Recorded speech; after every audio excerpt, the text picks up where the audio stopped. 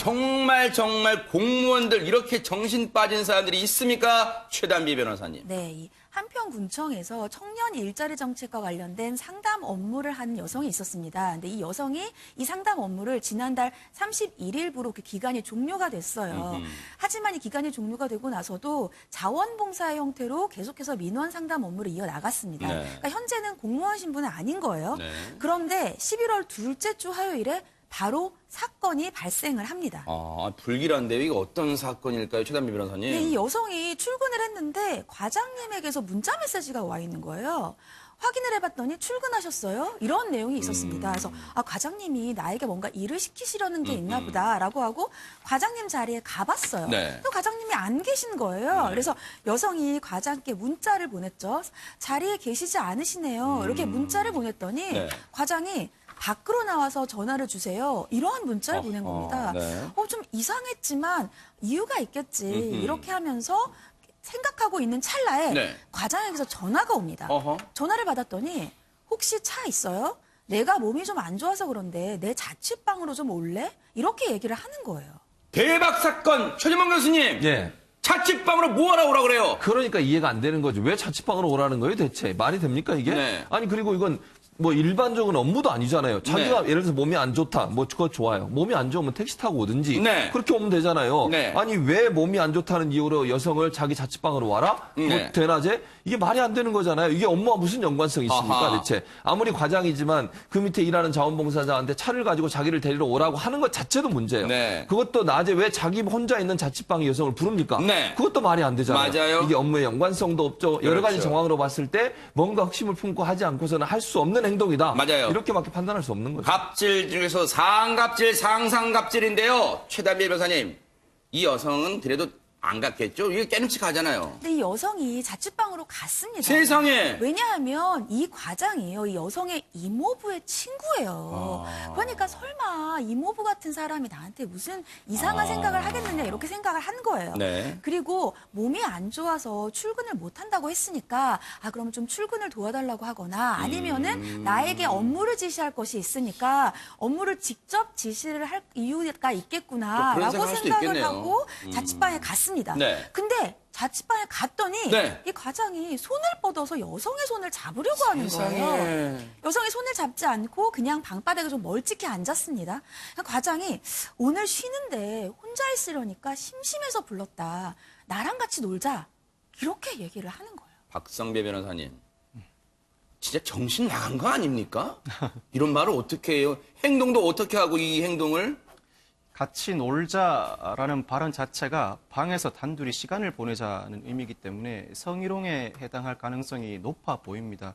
그런데 공무원 징계령 시행규칙에 징계 기준이 마련되어 있습니다. 성희롱의 경우에는 파면 또는 해임이 권고되는데 네.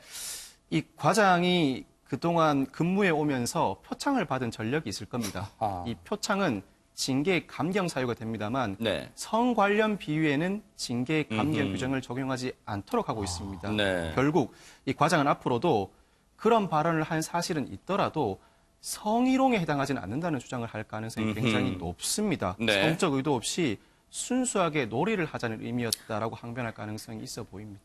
심심해서 불렀다 같이 놀자는 이 황당한 발언에 대해서 해당 여성분은 어떻게 행동했을까요? 최단비 변호사님. 같이 놀자라고 하니까 얼마나 놀라셨겠어요. 근데 처음에는 무슨 의미인지 몰라서 난감해서 일단 흘려들었다고 합니다. 네. 그러면서 오전에 일이 많아서 저는 가봐야 됩니다. 이렇게 얘기를 했더니 이 남성이 거기에서 포기하지 않고 그럼 갔다가 다시 오후에 올 수 있나? 이렇게 얘기를 네. 하는 거예요. 병원도 가봐야 되고 제가 오늘 일이 많아서 다시 오기는 힘들 것 같습니다. 라고 답변을 하고 일단 급히 방을 빠져나왔고요. 일단 기지를 발휘했네요. 아우, 천만다행이에요. 이러고 네. 나와서도 본인이 너무 이상하잖아요. 네. 그래서 이러한 사실을 이 여성의 남편에게 알렸습니다. 잘했어요. 네. 남편이 당연히 펄펄 뛰면서 고소를 하겠다 이렇게 강하게 나왔고요. 네. 그러자 이 과장이 죄송하다. 어떠한 벌도 달게 받겠다. 하지만 내 자식이 어리기 때문에 한 번만 봐달라라고 하면서 합의금을 주겠다고 제안을 했습니다. 이게 말입니까? 그 순간에 이제서 정신이 퍼뜩 든 거예요. 내가 자식이 어린데 나 지금 이 우리 애들과 우리 집을 좀 봐서 좀 한번 봐주세요. 싹싹 빌고 있어요. 최명기 원장님. 조카뻘 여성한테 지금 뭐 하는 짓이에요, 이게 진짜. 역설적으로 얘기하면 조카뻘 여성이어서 그런 겁니다. 본인의 입장에서 본인의 어떤 나이랑 본인의 매력도를 전혀 생각하지 않고요. 젊은 여성이었기 때문에 그런 거예요. 조카뻘 여성이 아니었으면 이 사람은 안 그랬을 거고요. 그리고 더군다나 결혼한 여성이잖아요. 근데 결혼한 여성한테 이런 태도를 보이는 남성들을 보면은 이분은 남편한테 이 얘기를 갖다 사실대로 하고 적극적으로 대처했지만 네. 창피해서 남편한테 알리지 않으려고 하기 때문에 오히려 약자가 될 거라는 점을 또 이용해요. 그래서 아마 이 사람은 제 생각에는 이 여성이 다른 부서에 있었을 때부터 아마 눈여겨봤을 거예요.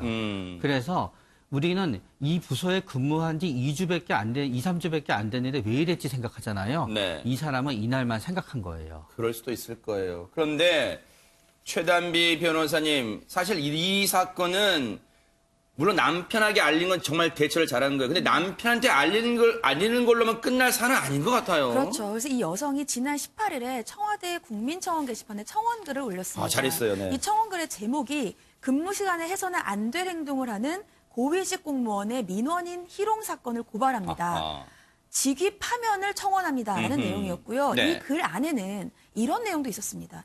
제가 만약 공무원이었다면 저에게 같이 놀자라는 말을 할 수 있었을까요?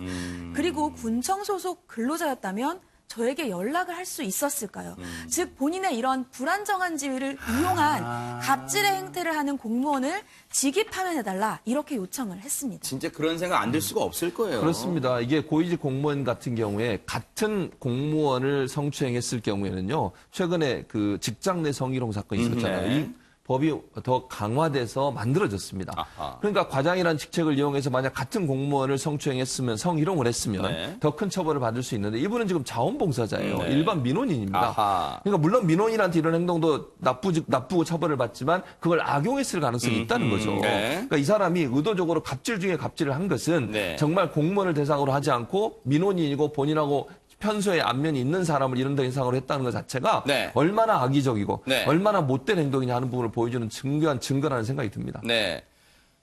김기혁 아나운서, 네. 이 일이 있고 나서 해당 과장이라는 사람 그럼 집에서 자숙하고 있습니까? 어떻습니까? 아닙니다. 이 과장은 해당 사실에 대해서 부인을 했습니다. 네. 내가 병원을 가기 위해서 지시를 했을 뿐 사실 무근이다. 아, 그럼 지금도 출근하고 있다는 얘기예요, 이 사람 버젓이? 예, 그렇습니다. 그러면서 이제 인터뷰를 했었는데 네. 통화 속에서 현재로선 드릴 말씀이 없다. 네. 라는 입장을 계속 당연히 취하고 있습니다. 할 말이 없겠죠. 입이 열 개라도 할 말이 없죠. 그런데 참 이게 우리나라가요. 이렇습니다. 박성문 변호사님. 때린 사람, 즉 가해자는 버젓이 출근하고 있어요. 피해 여성은 지금 출근도 못하고 있대요. 한평구는 그 외부위원 2명을 위촉해서 해당 여성 주장에 관한 사실관계를 조사 중이라고 밝히고 있고요. 한평군 관계자에 따르면 공무원 성희롱 사건은 외부위원을 위촉해 조사하게 돼 있기 때문에 조사 결과가 나오는 대로 징계 권한이 있는 전남도에 보고해서 징계가 논의될 것이라고 밝혔습니다.